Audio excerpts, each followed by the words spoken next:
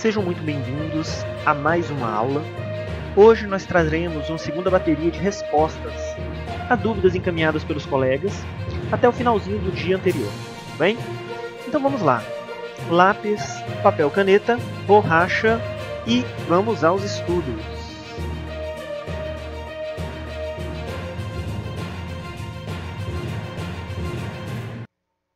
Ok.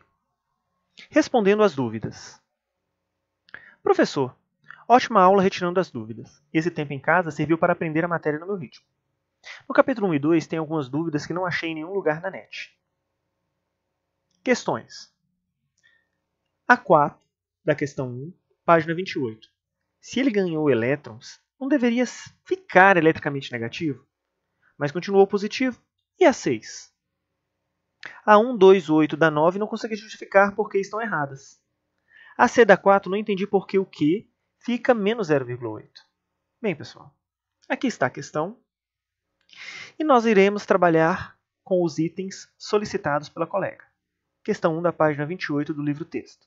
Em termos elétricos, verifique o que aconteceu com cada um dos corpos abaixo. Bem, a jogada aqui, pessoal, é vocês observarem o número de portadores de carga que existem em cada um dos corpos, antes e depois do processo de eletrização. Bom, o que eu quero dizer com esse processo?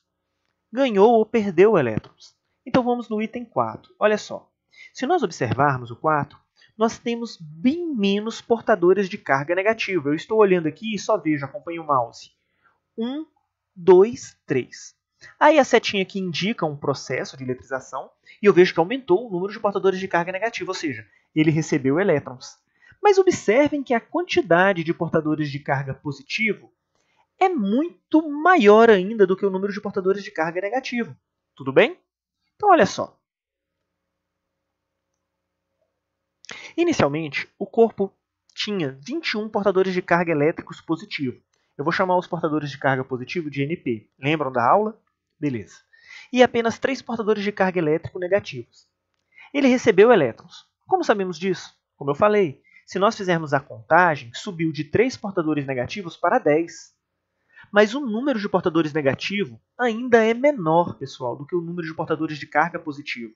Portanto, embora ele tenha recebido elétrons, não foi suficiente para torná-lo negativamente carregado. Logo, ele permaneceu positivamente carregado. Tudo bem? Bom, vamos voltar lá novamente no desenho e vamos dar uma olhada no item 6. O que eu tenho no item 6? Eu tenho apenas 1, 2, 3, 4, 5 portadores de carga positivo. Ocorreu um processo de eletrização onde eu retirei elétrons. Mas se nós observarmos, eu ainda permaneci com mais portadores negativos do que positivos. Nesse caso, então, seguindo a analogia da questão 4, nós sabemos que o número de portadores de carga elétrica negativa é maior do que o número de portadores de carga elétrica positiva. Inicialmente, ele está carregado negativamente, mas houve um processo em que o corpo perdeu portadores de carga negativa. Mas mesmo cedendo elétrons, o número de portadores de carga negativo permaneceu maior do que o número de carga positiva. Por isso, ele permaneceu negativamente carregado. Tudo bem? Bacaninha. Vamos, então, à próxima questão. Pessoal, eu escaneei por meio do celular a questão do livro, ela ficou meio ondulada assim, mas quebra o galho, né? Vamos lá.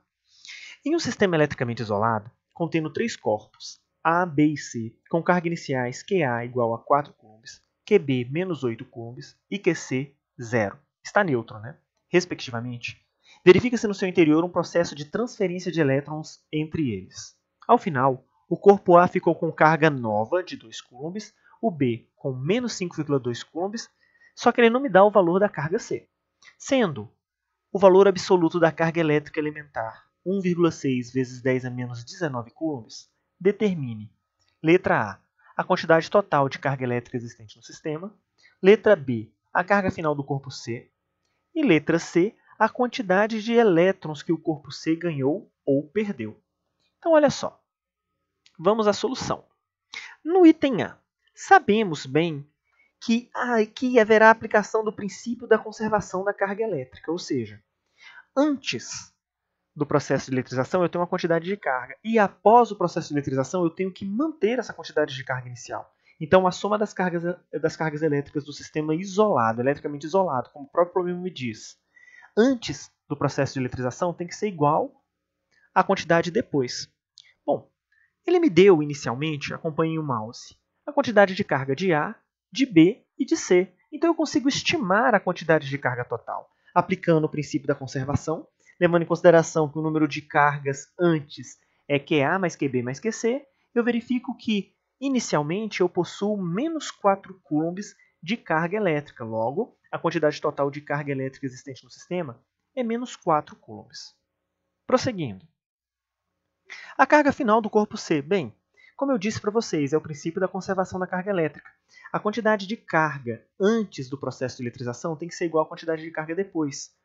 Porque o enunciado acompanha o ponteiro do mouse, em um sistema eletricamente isolado. A carga elétrica é conservada no sistema eletricamente isolado. Bom, então eu sei que a quantidade de carga elétrica depois tem que ser igual à de antes. Quanto que eu tinha antes? Menos 4. Olha aqui. A carga elétrica nova de A é 2 coulombs, a carga elétrica nova de B é menos 5,2 coulombs e a carga elétrica de C é o que ele quer que eu encontre. Ok, mais com menos, 2 menos 5,2 dá menos 3,2. Passo para o outro lado da igualdade, mais 3,2. Menos 4 mais 3,2, menos 0,8 coulombs de carga. Será a carga final do corpo C. Bem, e o último item, ele aplica o princípio da quantização da carga elétrica. O que me diz o princípio da quantização da carga elétrica? A quantidade de carga total vai ser um múltiplo da carga elétrica elementar, correto? Bom, vamos falar em valores absolutos da carga elétrica, porque eu sei que C ficou negativo ao resultado. Se ele ficou negativo, ele ganhou ou perdeu elétrons? Ele ganhou elétrons. Mas agora na equação eu vou me preocupar apenas com os valores absolutos. 0,8 é igual a N vezes 1,6 vezes 10 a menos 19. Fiz as substituições. Passo o valor da carga elétrica elementar dividindo 0,8, então eu tenho 5 vezes 10 é 18 elétrons. Como eu disse antes, como C ficou negativo, então ele ganhou elétrons. Bom, pessoal, prosseguindo a correção, vamos à questão 9.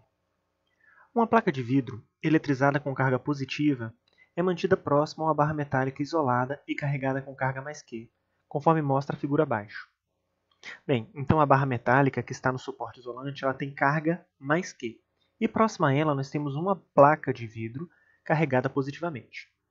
É correto afirmar que, se a barra for conectada ao solo por um fio condutor, a placa de vidro for afastada e, a seguir, a ligação com o solo for desfeita, a barra ficará carregada negativamente. Bem, então olha só. Eu ligo a barra metálica ao solo, afasto a placa de vidro e desligo o aterramento. Essa é a sequência dos passos tomados no item 1. Bom, ligar a terra é fazer um contato entre o corpo e o solo. O solo é um armazém de portadores de carga elétrica negativa. Quando eu faço o aterramento, ou seja, ligar a terra ao solo, é esse símbolo aqui onde o mouse está passando, significa dizer que eu permito que elétrons ou subam da Terra até o corpo ou desçam do corpo até a Terra.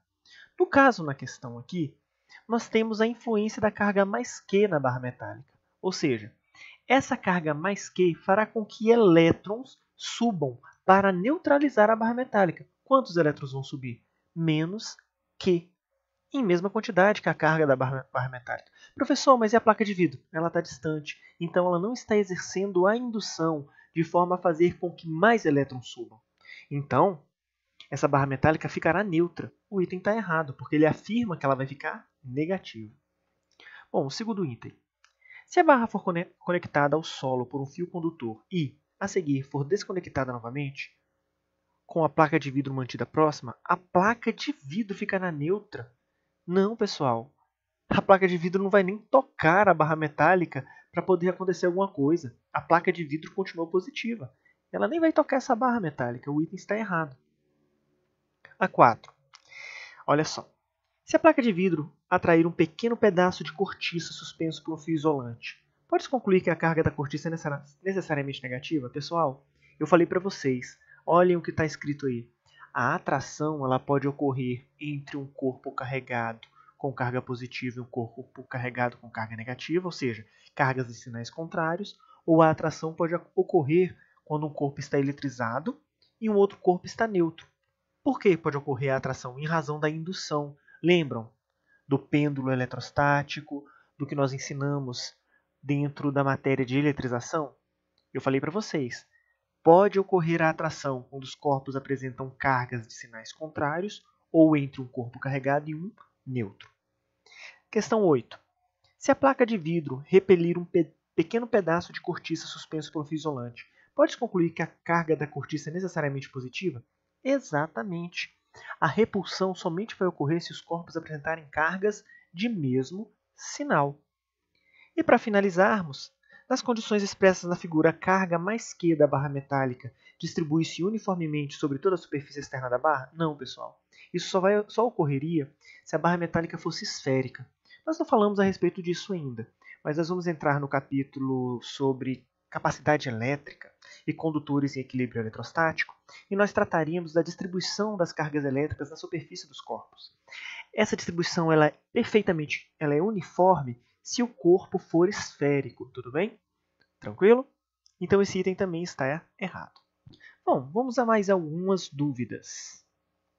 Professor, explica a questão 7, letra A e a E, por favor. Bem, nós vamos resolver toda a questão. É sempre bom revisar, né? Então vamos lá. Aqui está a questão. Para demonstrar algumas propriedades da eletrização dos corpos, o Paulinho, um ótimo estudante de física, montou um dispositivo constituído de duas pequenas esferas, A e B. Pessoal, olha só, condutoras e idênticas, tá bom? Idênticas. Com A suspensa por um fio isolante, constituído um pêndulo elétrico, e B apoiado em um suporte móvel de material isolante, como mostra a figura. Para iniciar a demonstração, Paulinho eletrizou a esfera B, atritando-a vigorosamente com uma escova de cobre, que recebeu elétrons com a quantidade de carga menos Q. Como Paulinho não é bobo, ao friccionar os materiais, ele não segurou diretamente a esfera B, mas sim seu suporte, deixando-a depois afastada da esfera A, que estava neutra. Letra A. Com que carga ficou eletrizada a esfera B? Pessoal, olha só. Houve o atrito. A escova de cobre ficou com carga menos Q. Significa que a escova de cobre ganhou elétrons. Logo, quem perdeu? A esfera B. E quanto ela perdeu? A mesma quantidade que a escova de cobre ganhou. Então, nesse caso, pessoal, como no atrito os corpos adquirem cargas de sinais contrários, mas de mesma quantidade, B vai ficar com uma carga da escova de cobre, mas com sinal positivo, ou seja, ela fica mais Q. Então, repetindo, B fica com uma carga mais Q, porque ele foi atritado pela escova de cobre. Se a escova de cobre recebeu uma quantidade de elétrons, quanto que ele recebeu? Menos Q. Consequentemente, B perdeu quanto de carga? Mais Q. Tudo bem? Beleza? A quantidade de carga elétrica transferida para a escova foi a quantidade de carga elétrica que o B perdeu. Por isso, ele fica com carga elétrica mais Q. A mesma quantidade da escova de cobre, mas com sinal contrário. Tá certo?